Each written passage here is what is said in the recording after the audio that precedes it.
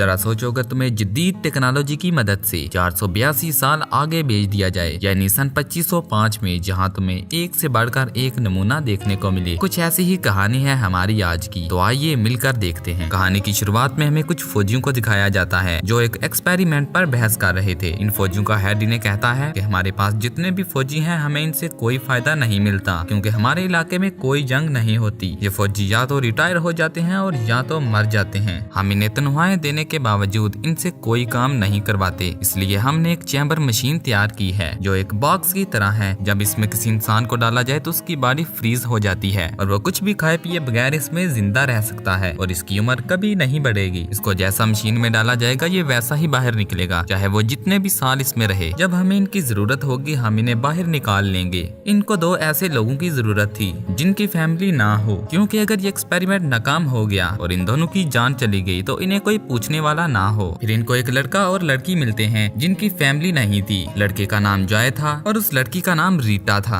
ये लड़की दूसरों को बेवकूफ बनाने में बड़ी माहिर थी। फिर इन दोनों को चैम्बर मशीन में डालकर सुला दिया जाता है। फिर वो लोग इस कमरे का दरवाजा बंद करके वहाँ से चले जाते हैं। फिर हमें कुछ सालों के बाद का वक्त दिखाया जाता है जिस ऑफिस में इस लड़की और लड़के को रखा था। वहाँ कुछ लोग आते हैं और उस ऑफिस को बुलडोजर की मदद से तोड़ देते हैं। इनको पता नहीं था कि इन दो बॉक्सेस में दो लोग सो रहे हैं। फिर एक कूड़ा उठाने वाली मशीन आती है, वो कूड़े के साथ इन दोनों बॉक्सेस को उठाकर कचरे के ढेर में फेंक देती है। आहिस्ता आहिस्ता वक्त गुजरता जाता है। फिर हमें वक्त दिखाया जाता है सन 2505 का, यानी 483 साल बाद का। यहाँ पर हमें एक से बढ़कर एक पागल नमूना दिखाया जाता है। इन लोगों की दिमागी हालत बहुत कमजोर थी, उल्टी सीधी हरकतें करने में ये लोग बड़े माहिर थे। फिर हमें जॉय और उस लड़की के बॉक्स को दिखाया जाता है जो अभी भी कचरे के ढेर पर पड़े थे। वहाँ पर एक कूड़ा फेंकने वाली गाड़ी आती है तो कूड़े के ढेर इतने ऊंचे थे, जब गाड़ी कूड़ा फेंकती है तो जॉय का बॉक्स फिसलकर एक आदमी के घर में जा गिरता है और बॉक्स खुद बहुत खुल जाता है और अंदर से जॉय बाहर आ जाता है। आज 500 साल बाद भी वो वैसे का वैसा ही था, जैसा कि उस हेड ने कहा था कि इसको जैसा मशीन में डाला जाएगा ये वैसा ही बाहर निकलेगा। जॉय बहुत थका हुआ था क्योंकि वो 500 साल से इस मशीन में सो रहा था। जॉय इस आदमी से अपने बेस के बारे में पूछता है तो वो आदमी उसे उठाकर बाहर फेंक देता है। जॉय को कुछ भी समझ नहीं आ रही थी कि उसके साथ ये क्या हो रहा है। फिर जॉय बाहर आता है और कुछ लोगों से अपने बेस के बारे में पूछता है तो वो लोग उसे गालियां देने लगे थे, क्योंकि इस दौर में लोग एक दूसरे को गालियां देकर बुलाया करते थे। जॉय को अपनी तबीयत खराब महसूस होने लगी और वो अपना चेकअप करवाने के लिए एक अस्पताल जाता है। वहाँ हर तरफ गंदगी ही गंदगी थी। ऐसे लग रहा था कि जैसे सालों से किसी ने यहाँ सफाई ना की हो। वो पानी पीने के लिए एक नल खोलता है लेकिन उसमें से पानी की जगह कोल्ड ड्रिंक निकलता है। वो ये देखकर हैरान हो जाता है। वो एक आदमी से पूछता है कि पीने के लिए पानी मिल जाएगा। वो आदमी से कहता है कि कौन सा पानी, जो बाथरूम में होता है? वो कहता है नहीं, मुझे पीने के लिए पानी चाहिए। लेकिन वो आदमी हंसता हुआ वहाँ से चला जाता है। जब वो डॉक्टर के कमरे में जाता है तो उसकी नजर एक न्यूज़पेपर पर पड़ती है जिस पर सन 2505 लिखा था।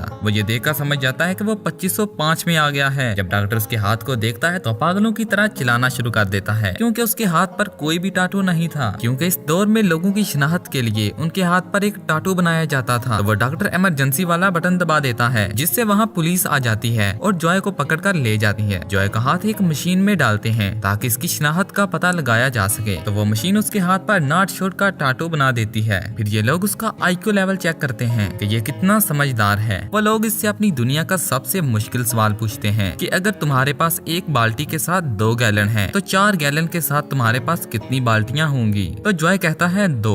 ये सुनकर वो लोग हैरान हो जाते हैं कि इतना मुश्किल सवाल था लेकिन इसने इतनी आसानी से इसका जवाब दे दिया है। और दूसरी तरफ वो लड़की जिसको उसके साथ चैम्बर मशीन में डाला गया था वो भी उस चैम्बर मशीन से बाहर आ जाती है और वो यहाँ पर भी लोगों को बेवकूफ बनाकर उनके पैसे लूटा करती थी। फिर जॉय को पुलिस वाले व्हाइट हाउस में ले जाते हैं। वहाँ लोग उसे कहते हैं क्या तुम जानते हो तुम्हारा इस दुनिया में सबसे ज्यादा IQ लेवल है, यानी तुम सबसे ज्यादा समझदार हो और जिस सवाल का जवाब तुमने इतनी आसानी के साथ दिया ये हमारी दुनिया का सबसे मुश्किल सवाल था। फिर वहाँ मिस्टर प्रेसिडेंट आते हैं और अपनी स्पीच में सब लोगों से कहते हैं कि अब हमें फिक्र करने की कोई जरूरत नहीं, क्योंकि हमें दुनिया का सबसे तेज दिमाग वाला इंसान मिल गया है। मिस्टर प्रेसिडेंट जॉय से कहता है कि हमारी दुनिया में फसलें नहीं उग रही, हमें बताओ कि हम कैसे फसलों को उगा सकते हैं। जब जॉय जमीनों में जाकर देखता है तो ये लोग फसलों में पानी की जगह कोल्ड ड्रिंक डालते थे। जॉय इन लोगों से कहता है कि हमें फसलों में कोल्ड ड्रिंक की जगह पानी डालना होगा, लेकिन वहाँ कोई भी इंसान पानी नहीं पीता था। बच्चों से लेकर बूढ़ों तक सब कोल्ड ड्रिंक ही पीते थे। वो लोग जॉय की बात मान ही नहीं रहे थे। फिर जॉय इन लोगों को बेवकूफ बनाता है और इन्हें कहता है कि मैं फसलों से बात बात कर सकता हूँ और फसलों ने खुद मुझसे पानी मांगा है। फिर ये लोग फसलों में पानी डालना शुरू कर देते हैं, लेकिन पानी डालने के बावजूद कई दिन गुजर जाते हैं और फसलें नहीं उगती। और वह दूसरी तरफ कोल्ड ड्रिंक बनाने वाली कंपनी को भी बहुत नुकसान हो रहा था, क्योंकि जहाँ लोग कोल्ड ड्रिंक इस्तेमाल करते थे वहाँ वो लोग पानी इस्तेमाल करने लगे थे। इस कंपनी में बहुत से लोग काम करते थे। जिन लोगों की जॉय की वजह से जॉब गई थी, वो लोग जॉय को मारने के लिए उसके घर आ जाते हैं और मीडिया पर आकर कहते हैं कि इसे सजा दी जाए, क्योंकि पानी देने के बावजूद फसलें नहीं उग रही। फिर जॉय को पुलिस वाले पकड़कर ले जाते हैं और उसे मौत की सजा सुनाते हैं और इसे पूरी दुनिया लाइव देखेगी। अब वो दिन आ गया था जब जॉय को सजा दी जानी थी। हर तरफ लोग ही लोग थे। तभी रीटा एक आदमी के साथ वहाँ जा रही थी जहाँ जॉय को मौत की सजा दी जानी थी। तभी वो रास्ते में देखती है कि पानी देने की वजह से फसलें उगना शुरू हो गई हैं। वो अपने साथ एक कैमरामैन को लेती है और उन फसलों में जाकर उसकी वीडियो बनवाती है और उसे पूरी दुनिया पर लाइव चलवाती है। जब ये वीडियो सारे लोग देखते हैं तो इनके मुंह खुले के खुले रह जाते हैं और जॉय की सजा माफ कर दी जाती है, क्योंकि जॉय की वजह से फसलें उगना शुरू हो जाती हैं। फिर वो लोग जॉय को अपनी दुनिया की सारी प्रॉब्लम बताते हैं और जॉय को वाइस प्रेसिडेंट बना देते हैं। फिर जॉय और रीटा की शादी हो जाती है और इसी के साथ होता है हमारी आज की फिल्म का एंड।